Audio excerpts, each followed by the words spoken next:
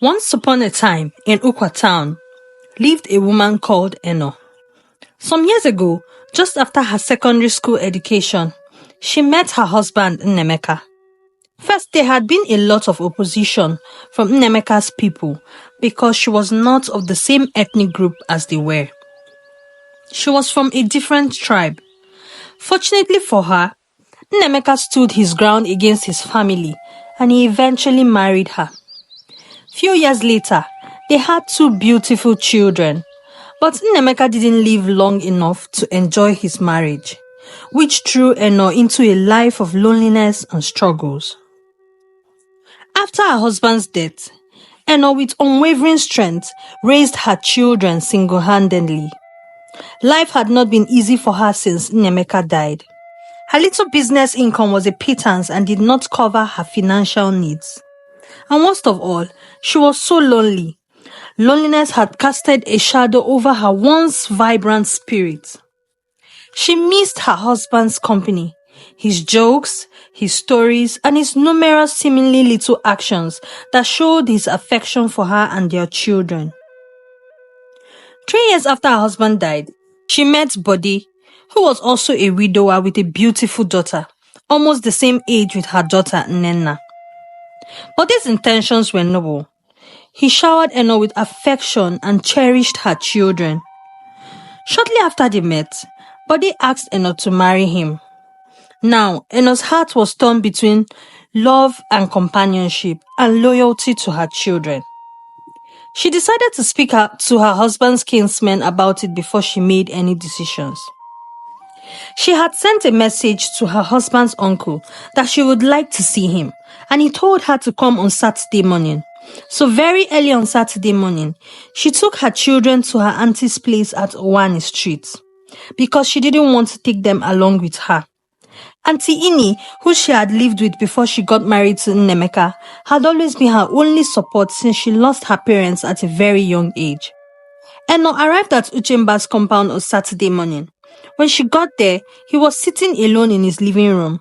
She greeted him as per the custom and sat down. "What is it you want to tell me that was so important, ENO?" Uche asked. ENO fidgeted in her chair. Was it too early to discuss the issue with him? She wondered. At last, she said slowly, "It's now 4 years since Nnemeka died." "Yes, how time flies," Uche said with a sigh. "I want to remarry," she said. Marry who?" Uche asked, setting his eyes on ENO. He had been like a father to Nnemeka and had paid all his fees through school. "I haven't made up my mind yet," ENO said nervously. "But who is the person you're considering?" Uche asked. "At least someone must have asked for your hand in marriage, for you to think about remarrying."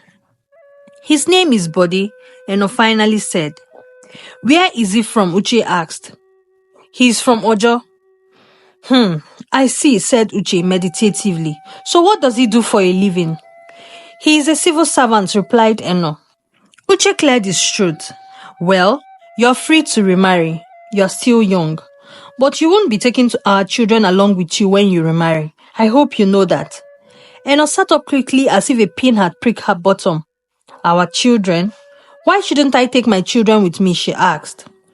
Uche said, "Because they are our children. Because they belong to the Ude family. They do not belong to your family or to the family of the man that wants to marry you. That is our custom, and if you want to remarry, we will have no choice but to take custody of the children. Another man cannot raise Nnemeka's children, worst of all, a man from a different tribe." "But they are my children too," ENO pointed out. "Yes, you are their mother, no doubt. But whose surname do they bear?" ENO did not answer the question. She knew where Uche was headed. Uche continued, "Your children bear our family name of Ude. Their roots are our roots. We won't let another man bring them up for us, especially the boy who will continue his father's line. We have our own way of doing things, our own customs and traditions, which we will pass on to our children." ENO's heart sank like a stone in river. The thought of losing her children was unbearable. Yet the prospect of a lifetime of loneliness weighed heavily upon her. I can't leave my children behind if I remarry, Eno cried. They are mine. Besides, they are too young to look after themselves. Nonso is only 5 and Inenna is 3. I can't let anyone take them from me. Uche said slowly, there's no need to get worked up. Go home and think on what I have said. The children are ours and you cannot take them with you. I won't let that happen. Nnemeka is my late brother's only son and we won't let his children get lost. The children belong to our family under our customary laws, and our customary courts uphold these laws. The laws are based on our tradition and customs. Eno remained silent. She had not anticipated this turn of events. She knew nothing about the customs and traditions he was referring to. The customs were wicked. The children had already been traumatized by the death of their father. The customs could cause them to lose their mother as well. What was she going to do about this new dimension to her problem? 5 minutes later, Eno left Uche's compound. She headed to the bus stop in deep thought. While on the bus, Eno pondered about her life. She was torn between accepting Bode and losing her children. Also the fact that Bode was from another ethnic group from hers. She had already had her fair share of inter-ethnic marriage and some of the problems that came with it.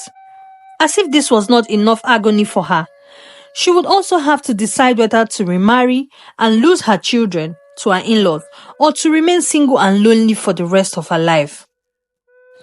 Eno decided after much deliberation on the unexpected developments to visit Bode as planned. Bode would be anxiously waiting for her in his house. He was becoming impatient for her answer.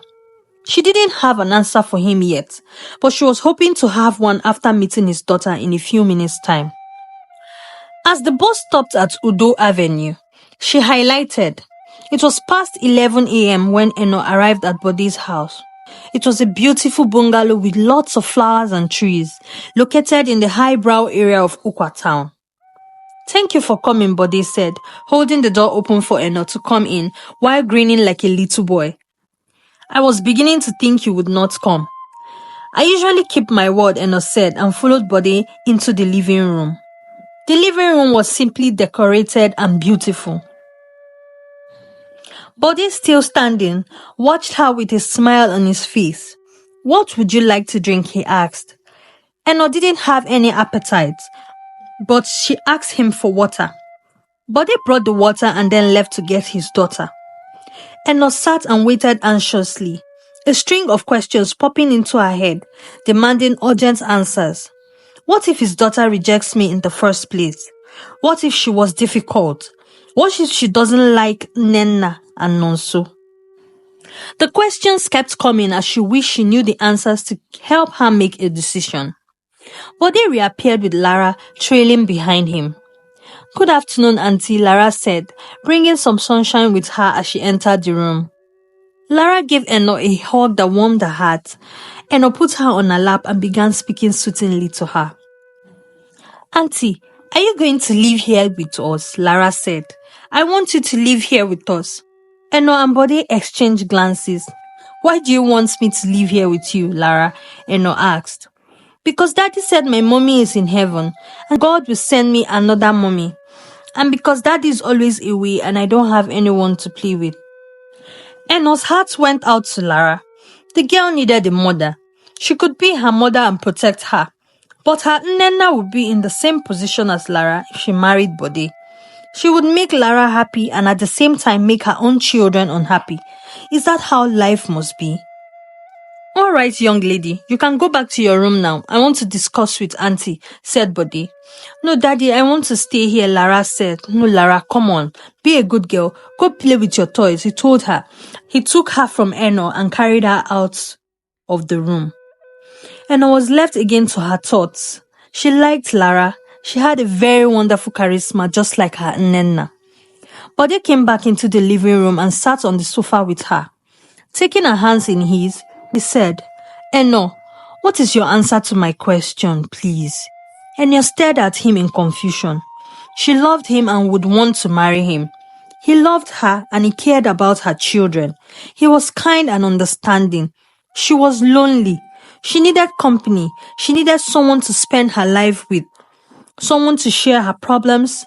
She needed financial help. She was in debt. She couldn't feed her children well. She couldn't pay their school fees on time. And then there were the bills. Electricity bills, sanitation bills, they kept coming. Her landlord had increased the rent again, the third time since Nnemeka died, and he was threatening to eject her if she could not pay.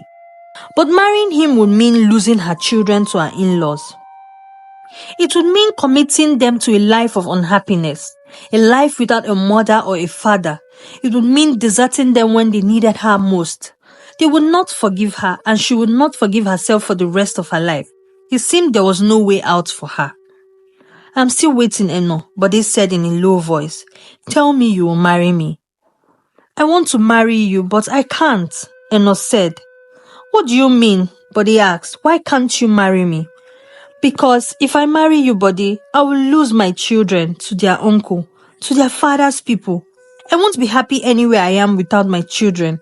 I can't go to court to ask for their custody because the case will go on for years. My children would live among strangers while the case goes on and on. I might lose the case eventually, and my children will be taken away from me forever. I cannot deal with that.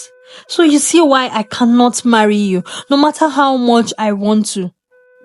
But they squeezed Eno's hand. "Tell me first you'll marry me," he said. "Then together we'll find a solution to this problem." "I love you and I will marry you," Eno said with a small smile. Buddy took Eno into his arms and hugged her tightly. "I love you too," he said, "and thank you for agreeing to marry me." "So I have been transferred to Lagos," he said.